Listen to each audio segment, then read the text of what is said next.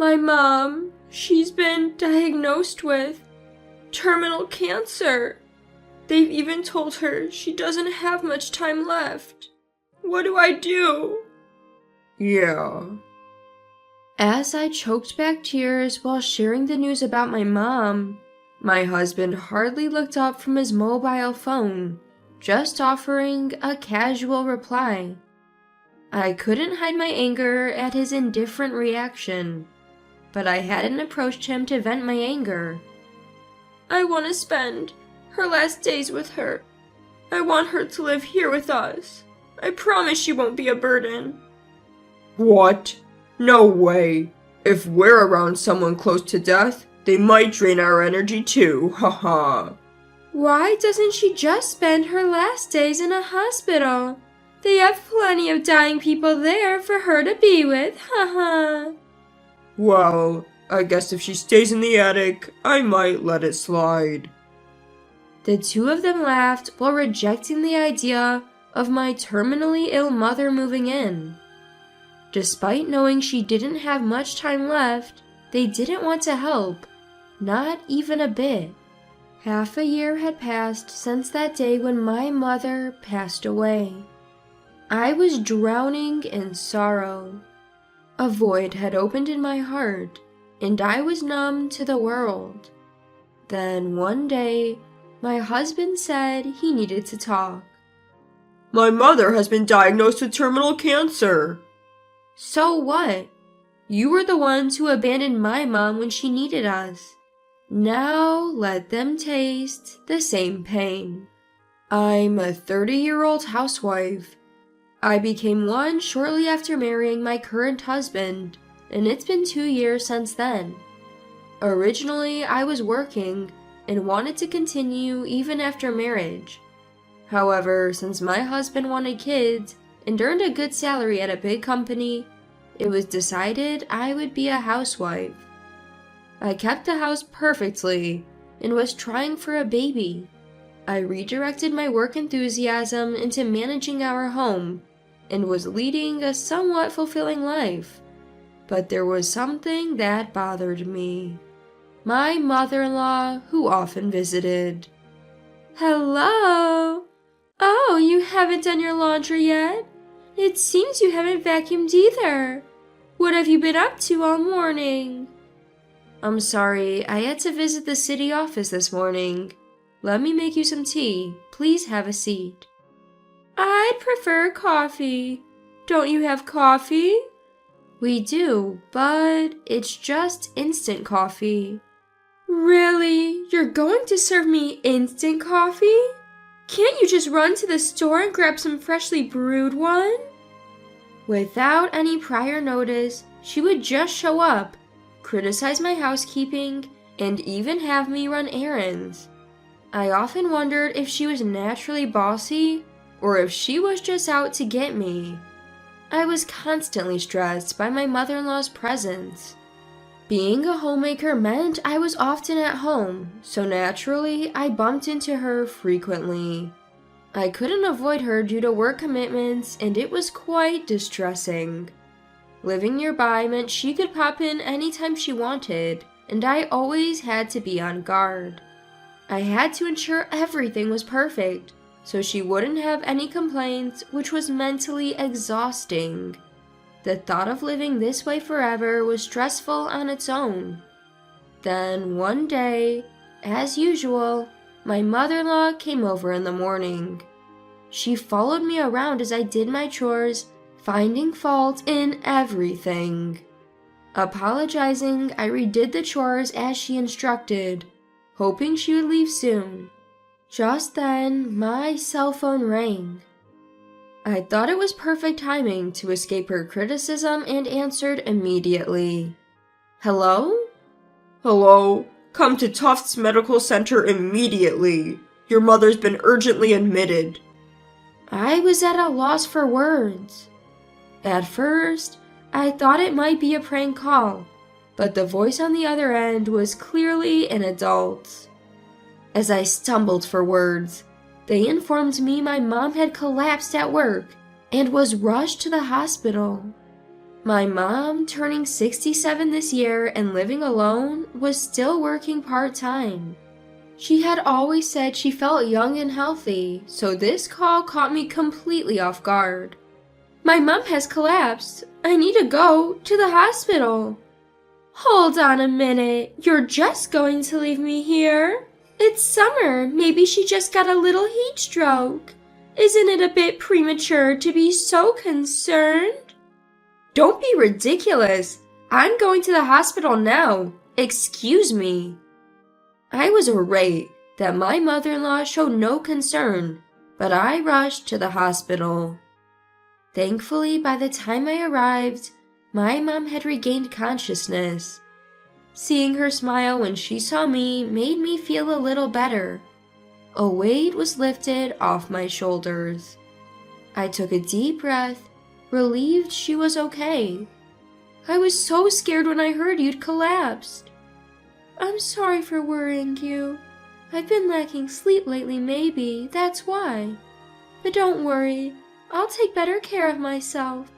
I'm just glad you're okay. But do take care of yourself, alright? As always, seeing Mom's cheerful face brought a wave of relief over me. But watching her, I realized that while she was trying to appear upbeat, age was starting to take its toll. When I'd gotten the call that she'd collapsed, a terrifying thought crossed my mind. What if she never woke up? So, when she regained consciousness, my relief was immense. Mom had to be hospitalized for a short while and undergo comprehensive medical tests. I've been so preoccupied with work and hadn't been too vigilant about her health. This was a wake-up call. I needed to be there for her. A week after the tests, during one of my visits, Mom dropped a bombshell. They finished all the tests, and they found cancer. What? It's advanced. They don't think I have more than a year. I might stay here for a bit, but if there's no chance of recovery, I think I'd rather skip the painful treatments and spend my days at home. Mom said this in her usual manner, but I was at a loss for words. I struggled to hold back tears, unable to speak, but I thought there's still time, and I decided to focus on making the most of our remaining days together. That evening, oh, mother-in-law, you're still here. Is that a problem?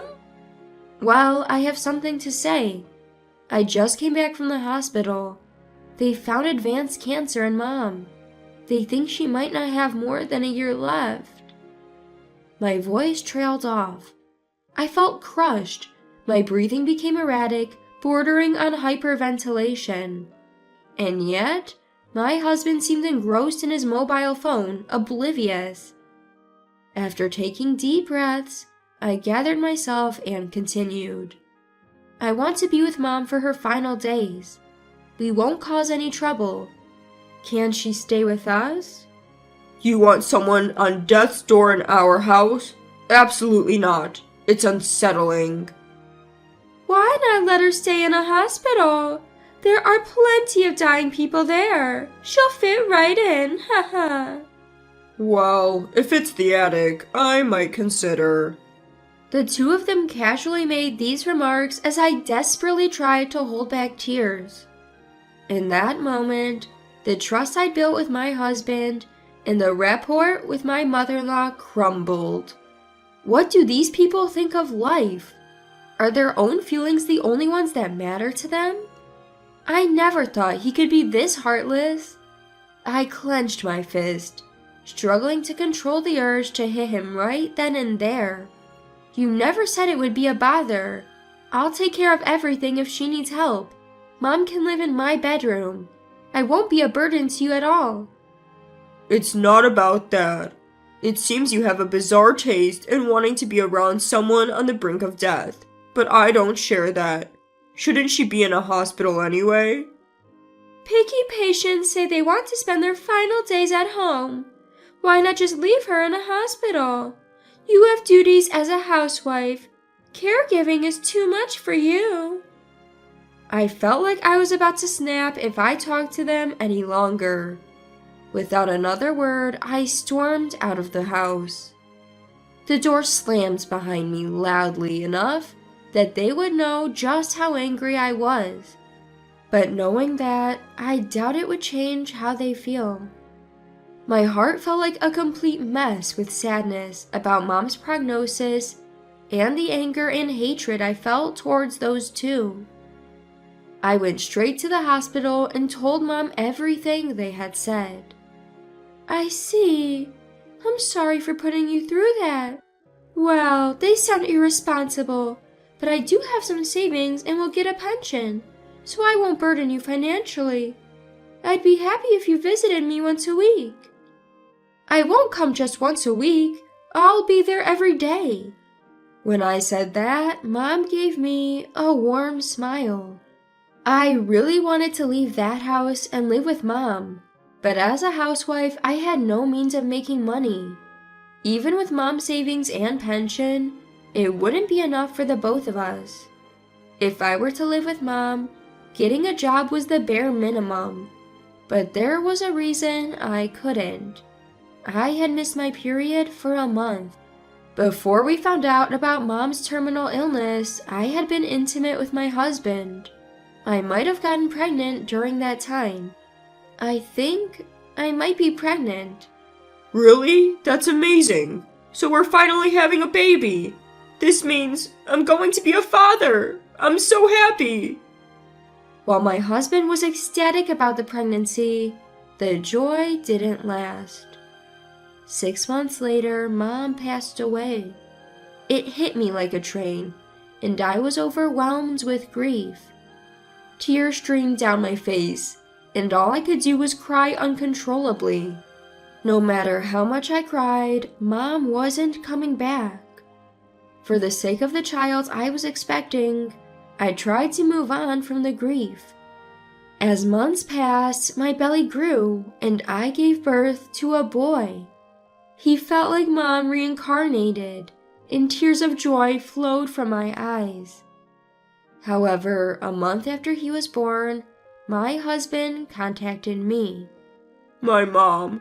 She's been hospitalized. They found terminal cancer. She's been given a limited time. I was in shock and couldn't find the words to respond. I bet my husband feels just like I did 6 months ago. Suddenly learning that his own mother is terminally ill, he's probably lost and confused. We've just had our baby, and I know it's bad timing, but I'll be taking care of Mom at our place. So, I need you to help with moving preparations and everything. With that, he hung up the phone. Is he serious? If he is, this is incredibly presumptuous. I've thought about divorcing him multiple times. Maybe now's the time. I prepared the divorce papers, placed them on the table, packed my stuff, and left the house. I planned to stay at a relative's place for the time being, but that night my husband called. Hey, what's the deal with these divorce papers? What do you mean, what's the deal? I'm divorcing you. Are you kidding? My mom is going through such a tough time. Stop with the nonsense. Did he forget what he said to me? He doesn't seem to remember what he said when my own mom was terminally ill. So I decided to remind him with his own words. I don't fancy living with someone who's nearing the end. She's not my family. If you want to care for her, do as you please. Seriously? Cut it out. You told me the same thing, remember? When my mom needed us, you abandoned her. So you can't complain when it's your turn. I replied. He went silent. Well, I'm not wrong. I guess he can't argue with that. But I can't deal with you just acting on your own. Come home and let's talk. If I hire a detective, I know where you are in no time. So don't even think about running away. I hadn't expected him to go this far. Knowing him, he might actually do it. I was scared of him stalking me, and also concerned for our child. So I decided to return home. The moment I stepped inside and met my mother-in-law's gaze, She turned beet red and started yelling. "How dare you! What do you think you're doing, leaving like that? You devil!" I just thought it's quite normal not to want to live with someone who's nearing the end. You felt the same way, remember? Shut up. Don't be disrespectful. After all the betrayals, don't you feel anything? I've never relied on your mother, but think of how much you owe me and my son. After considering that, isn't it natural to provide care? Did all the time she tormented me count as owing her? The one who took advantage of me was my husband, not the other way around. It angered me that they couldn't even understand such a simple fact. But I hadn't come back to this house just to be insulted by these two. Well, whatever. There are only two reasons I'm here today. First, just like you didn't help me, I won't be helping you. And second, I'll be seeking compensation for the affair. What? Excuse me, affair? When I talked about wanting to live with my mom, you were glued to your phone, right? I caught a glimpse of your screen then, saw lots of heart emojis and wondered. I didn't check right away because I was mentally drained at the time. My husband looked stunned, his mouth agape, clearly not expecting to be confronted about his affair. Mother-in-law glared at him for cheating, and the atmosphere in the room immediately turned tense. Seeing that expression on their faces felt so satisfying. Inside I thought, serves you right. Why would I help someone who's betrayed me like that? If you won't grant me a divorce, I'm okay taking it to court. And I'll make sure you pay the compensation and child support. You won't see our son again. I won't ever show my face around you two again. The two of them were in shock. They'd been so happy when our child was born, probably considering him just as precious, if not more so, as themselves. But I can't let my beloved son be around someone who cheats and disregards human life. I'm sorry about the affair, but how are you planning to live on your own? The compensation won't come immediately. I don't need it right away. I have my mom's life insurance money, which is enough for now. I'm not stupid enough to divorce without a plan. It seems like he was trying to use my potential financial struggles against me at the last minute, but he was sorely mistaken. Considering the affair and our son's age, I'm almost certain I'd get custody. Once we're divorced, I won't have to care for my mother-in-law anymore. I'll finally be free from them. A deep-seated hatred had been lifted from my heart, and I felt truly refreshed. After laying everything out, I left the house. I later consulted a lawyer about the compensation and child support, and successfully filed for divorce. But half a year later, my ex-husband somehow found out where my relatives lived and came visiting. Why are you acting like a stalker? It's creepy. Please, I'm begging you. It's been a month since you left, and the strain of caring for her is killing me. I miss our son. The stress is causing me to make mistakes at work, and I'm struggling financially. Please, I'm truly sorry. Help me. Only a month had passed since then, but my husband looked like he'd aged a decade. I could instantly see he was under immense stress. But just because he's stressed, did he think I would let my guard down? There was a rule when we divorced, remember? You promised not to come near us. If you can't even keep that promise, I'll call the cops. Cops? Just stay out of our lives. With that, I slammed the front door shut. The mere mention of the police frightened my ex-husband. He went away obediently and never approached us again. Yet, thinking it was enough just not to meet face to face, he kept trying to contact me. It was so annoying that I deleted his contacts and explained our divorce story to mutual friends. After that, he stopped trying to reach out via friends, and it seems most of our acquaintances cut ties with him. He was already living under heavy stress from caregiving and paying child support and compensation to me. This only added to his burden, pushing him to a breaking point mentally. He made a significant mistake at work, got demoted, and his salary was considerably reduced. But his payments to me remained unchanged. He tried his best, cutting back on his living expenses. After coming back from work, he took care of his mother, did his cooking and chores, and by the time he was finished, it was already midnight with work waiting the next morning. My ex-husband led a life with absolutely no breaks, losing weight rapidly. It seems he deeply regrets what he did to me. On the other hand, my beloved son and I rented a new place and started our second life.